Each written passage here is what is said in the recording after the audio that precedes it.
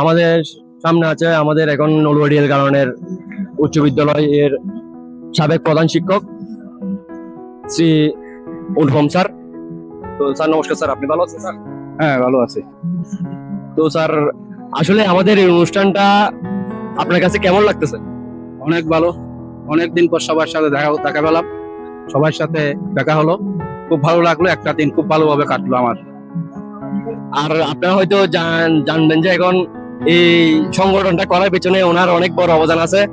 আমরা ফার্স্টেই ওনার সাথে একদিন দেখা করছিলাম, তো উনি আমাদেরকে বলছিল আসলে যে একটা সংগঠন করার দরকার আছে তোমাদের স্কুলে, তোমরা করো, আমরা তোমাদের পাশে আছি। তো স্যার, আসলে এই সংগঠনটা বর্তমানে এবং ভবিষ্যতে আপনি কোন জায়গায় দেখতে চান?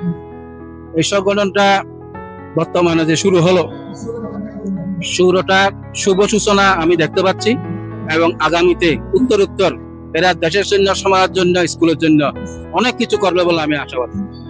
ছাত্রী, শিক্ষক, অভিভাবক, আর এখানে এদের আন্তরিকতা লাগবে।